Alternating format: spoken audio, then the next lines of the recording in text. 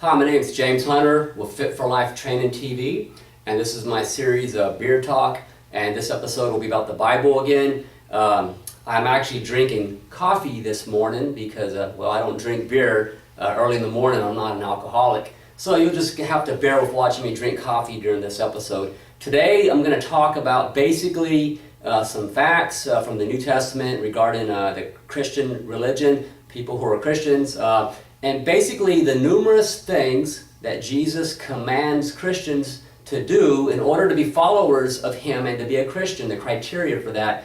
And a list of these things that Jesus requires Christians to do, but that Christians, for the most part, never do. And it's just the way it is. Some of these are just practical reasons why, and some, well, people are just not going to do it. So basically they identify as a Christian, but they're not really doing the things that Jesus asked. So what you get down to are basically people who are just going to church on Sunday to identify with a group, to feel good about themselves, to interject their beliefs in the politics a lot of times when there is no basis in the Bible for their views. A lot of times people don't even know what the Bible actually says on a number of issues. So today we're going to go ahead and talk about that. I'm going to start with a couple of scriptures here to kind of look at a bit of a criteria, if you will, for what Jesus says about being a Christian.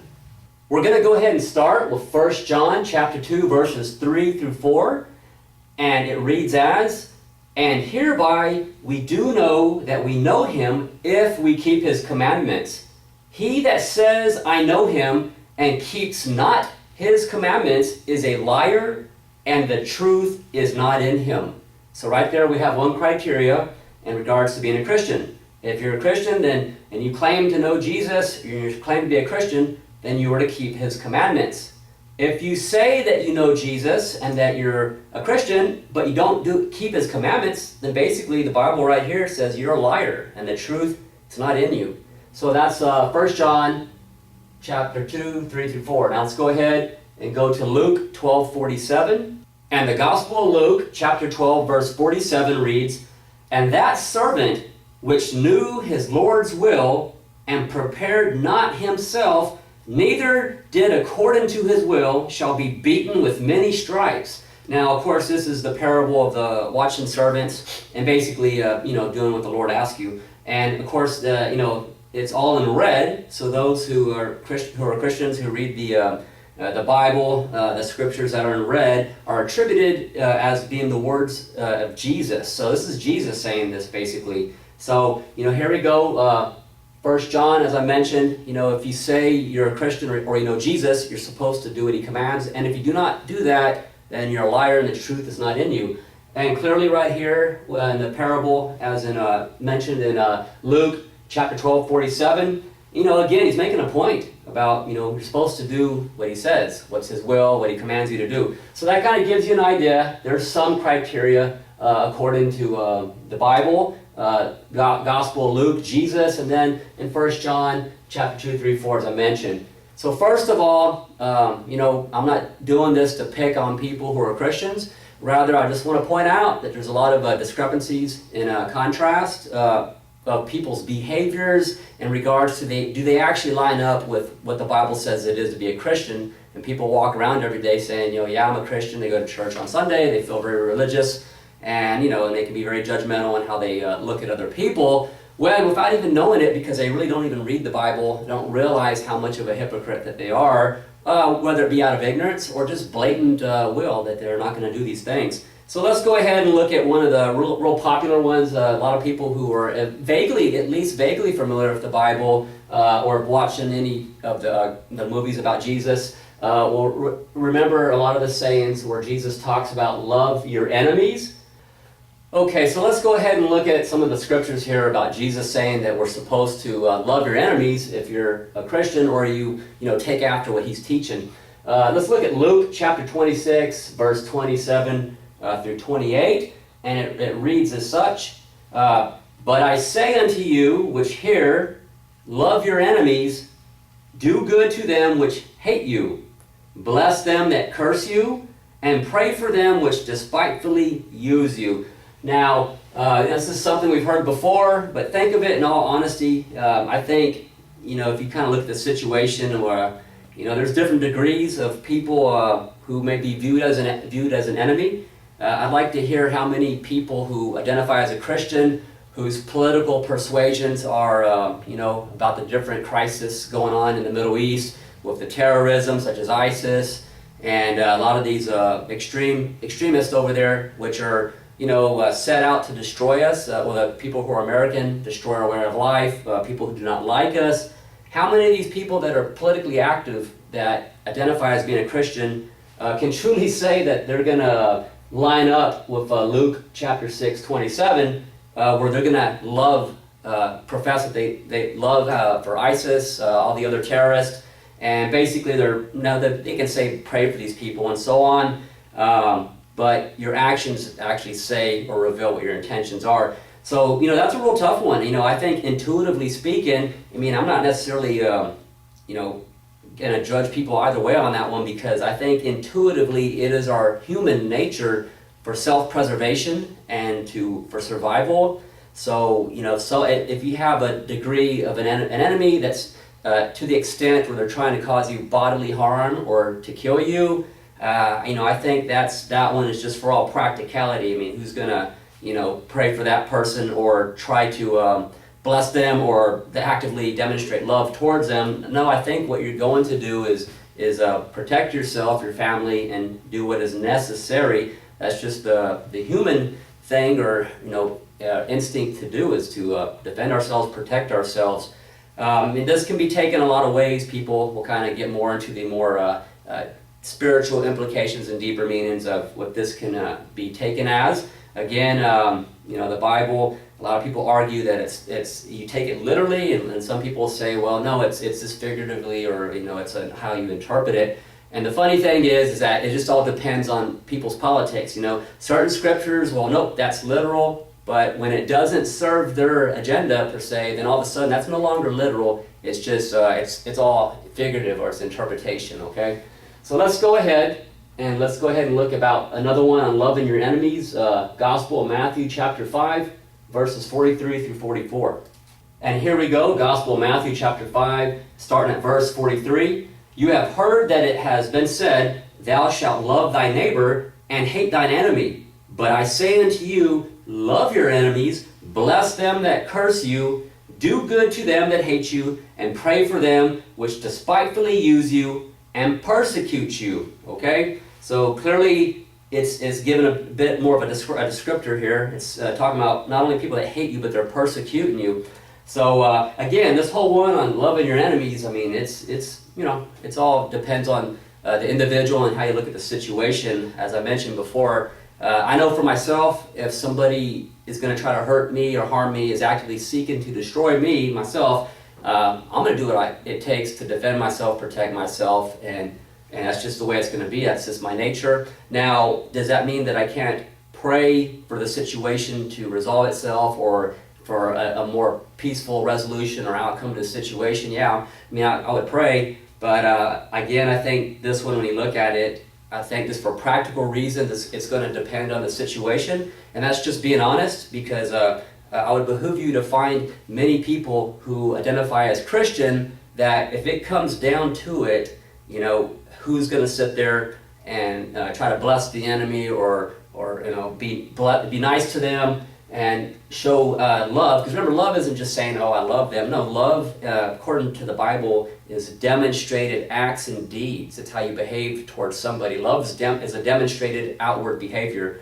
So there are some people out there who can do that within the context of their situation, and maybe some even take it up to the extreme to where they're going to follow that to the letter no matter what. And that's a very can be argued a very strong person. Some people might say that's foolish, or a culture of people is not going to survive if they have an extreme interpretation or take that to the letter.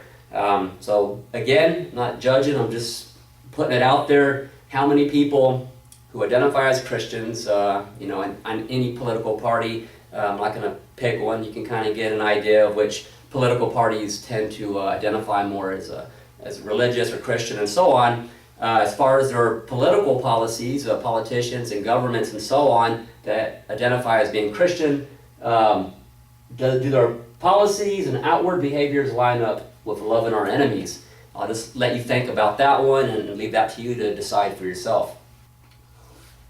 All right, number 3, and I really like pointing this one out because nobody does this one either.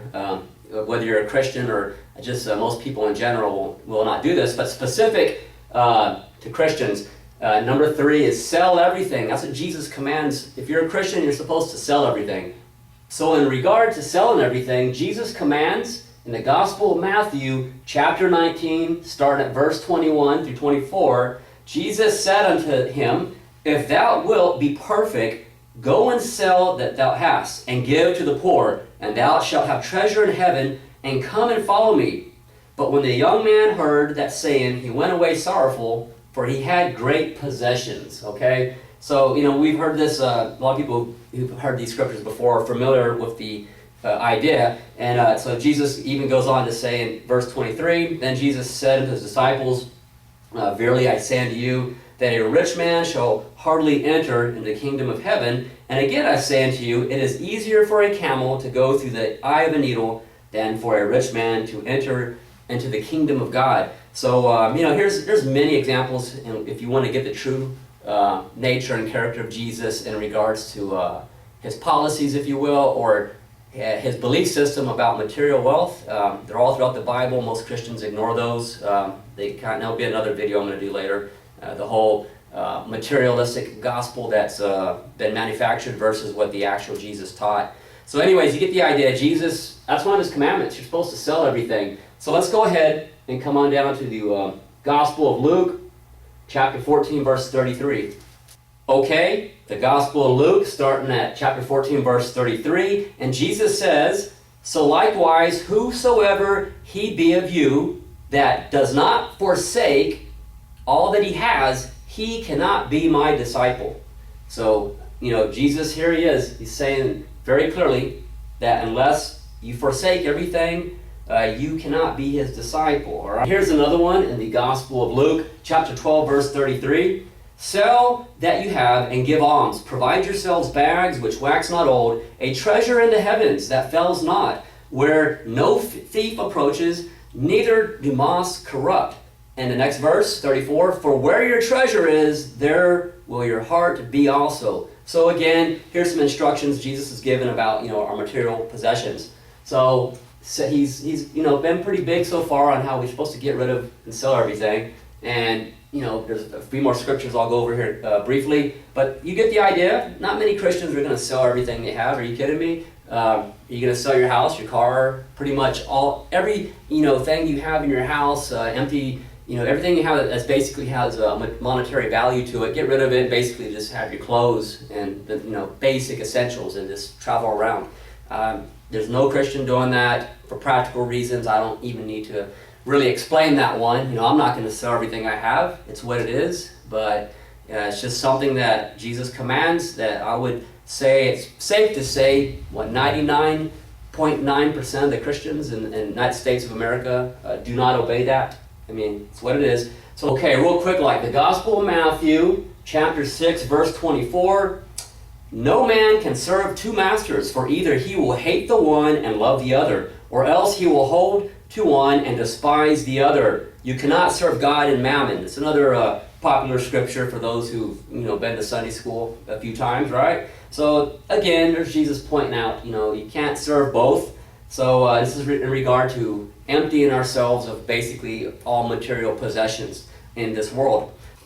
Okay, the next one I'm going to read to you is a bit controversial. It's attributed to Jesus' his own words because it's in red in the New Testament. It's going to be the Gospel of Luke, chapter 14, verse 26. And this one has to do with Jesus commanding his followers that they are to hate their family. That's correct. You heard me read that correct. Jesus commands, if you're a Christian and you're to be his follower, you are supposed to hate your family. And this leads into another issue of people who have the belief that you take the Bible literally, like it's a fundamentalist approach. It's all literal, the absolute word of God, and it's infallible, and it's no mistakes, and so on and so on. So here's another issue. If you take this literally, then you'd have to believe that Jesus says you're supposed to hate your family. Or, then versus, well, it's figurative, we need to interpret that, and it has a deeper meaning. So let me go ahead and read it. It's Luke chapter 14, verse 26. And Jesus says, "If any man come to me and hate not his father and mother and wife and children and brothers and sisters, yea, and his own life also, he cannot be my disciple." Okay? So clearly right there, you heard what I just read.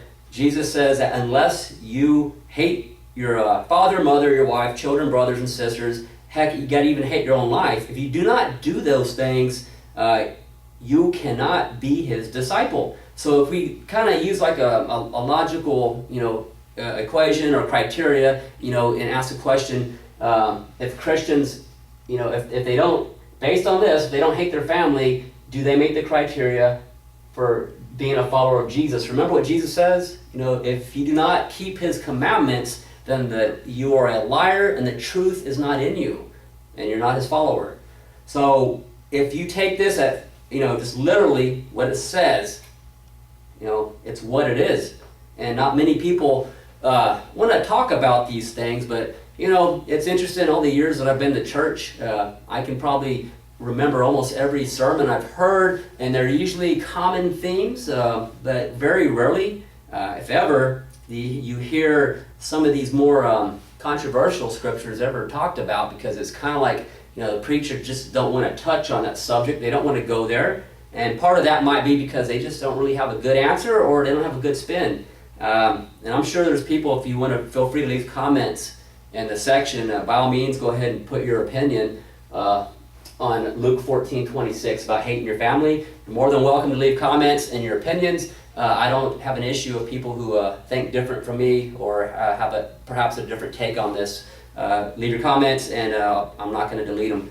So anyways, you get the idea. How many people who identify as Christians are doing that one? I mean, I think intuitively, instinctually, we're gonna, love your family at a very minimum. It's for survival reasons, cooperating as a family, for various different. So again, I don't think many Christians are actually gonna meet that criteria. Most people, are gonna love their wife, their kids, their brothers, sisters, family, and so on. Generally speaking, now there are some people who may not get along with their family or don't spend a lot of time with their family, but I don't think they blatantly, outwardly are just hating on them, for the purpose of, so they can say, I'm doing this because that's what Jesus tells me to. You get the idea.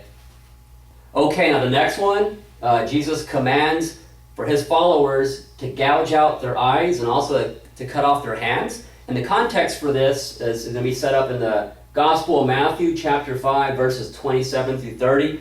Basically, Jesus is talking about lust and adultery and these types of things. So here's what he says. You have heard that it was said by them of old time, "Thou shalt not commit adultery." But I say unto you that whosoever looks on a woman to lust after her has already committed adultery with her already in his heart.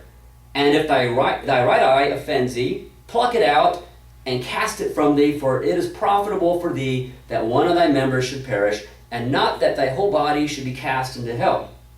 And if thy right hand offend thee, cut it off and cast it from thee, for it is profitable for thee that one of thy members should perish, and not that thy whole body should be cast into hell. So you get the idea. Basically, Jesus is talking about the lust of our eyes. When we see another woman, we find her attractive, even though you don't literally, actually sleep with her.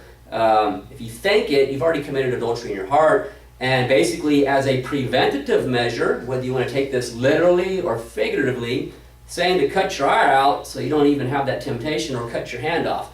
Now, I think a lot of people are going to have a different take on this scripture and what direction they might want to go with it. Is it literal or is it more figurative? I've heard some people say, well, when he's talking about plucking out the right eye or cutting your hand off, and it's talking about the body, that the body is actually symbolic of the church, and rather this is more about church members, people within the church. If they're like a stumbling block, or they're going to cause you to behave or sin or whatever, then you basically kick that person out of the church, because it's better to get rid of one person than the whole church go to hell, basically. That's just an opinion I've heard. Again, that's the problem when you're dealing with interpretation in the Bible. I mean, whose interpretation are you talking about? Even when you allow for context and everything, obviously this has issues. You know, is Jesus commanding people literally to cut out their eye or cut their hand off? You know, I'll let you think about that one. Again, though, think about most human beings,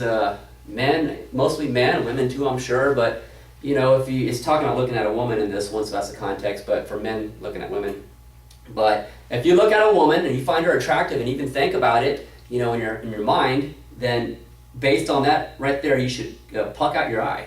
So how many Christians are willing to go to that far, to that level? You know, I know there's people who've been mentally ill who will self-mutilate and do self-harm behaviors to themselves, and those people are usually hospitalized for psychiatric purposes. So again, there's yet another one that I know most Christians are not doing. Okay, and this will be the last commandment that I'm going to mention that Jesus gives for his followers to do.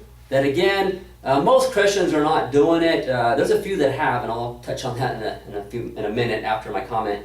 But there's a lot of examples, actually, if I just kept looking in the Bible, I could give them to you. Things Jesus says for the followers to do, that for the most part, most Christians do not do them and probably will never do them. So let's go ahead and look real quick at the Gospel of Mark, chapter 16, verses 17 through 18. And these letters in red, so that means Jesus is saying this. And these signs shall follow them that believe. In my name shall they cast out devils. They shall speak with new tongues. They shall take up serpents. And if they drink any deadly thing, it shall not hurt them. They shall lay hands on the sick, and they shall recover. Now, there's a lot of Christians that lay hands on people and pray for the sick, so that's a lot of that going on. And actually, but as far as drinking poison, there's actually some churches that do that. They handle snakes and they'll drink poison. And there's numerous documented cases of people getting bit by the snakes and some dying as a result of the snake venom. So clearly, some people are taking this one literal to heart and doing it. And well, you've seen where that's gotten a lot of people from doing that. So there you go. There's some of the things went over you with that most Christians are not ever going to do, that Jesus does command. And a lot of it may be for practical purposes, and some just may be for just, you know, they're not willing to do it. And I guess, you know, it's not about judging, it's just pointing it out. It's making an observation. And the thing is, you know, if you talk about these things for some people that are just, you know, literalists, that it's, you know, you can't question anything, they get really, I don't know, it's kind of cognitive dissonance, you know, they're so set in what they believe that anything that may challenge, you know, their sense of feeling secure with their faith, they become very defensive about it. And so I think being honest with yourself is one of the steps to being secure with your faith and having a, you know, relationship with God for those who believe in God. Because you have to really, you know, think about things intuitively, and then just, you know, you want to say spiritually, whatever, you know, term you want to use, and just listen to your gut instinct. I mean, some of these things on here, you know, there are issues if you take it literally versus, you know, is it figurative? And, you know, who's to say, who knows absolute, you know, with absolute certainty what the original intent of the writer, you know, had in mind when they wrote the scriptures. So that's all I have for today on this topic. Feel free to leave comments, your opinions and thoughts. And if you want, you can subscribe to my channel. I appreciate that. And you can also leave suggestions for future topics on my Beer Talk series. I'm probably going to make my next video talking about, you know, the issue of the culture of materialism gospel that's been marketed in the modern day church for quite a while now. Basically, it's going after people who, you know, it's tapping into their sense for material desire, greed, if you want to use that word, self-fulfillment in terms of material type of achievement versus, you know, what Jesus actually said, what he actually did, and what he actually taught. And more specifically, what was Jesus' response and reaction to money, and also the topic of tithing. Most people don't even know what that really is. And it has nothing to do with the New Testament. And you're going to find that out in my next video.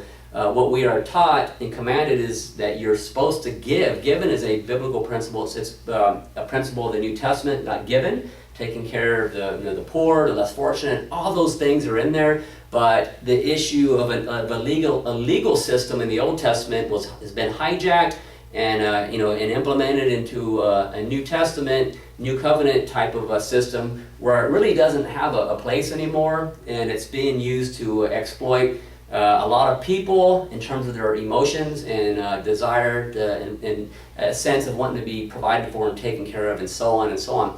So that'll be my next video to watch out for. Again, thank you for watching. Until next time.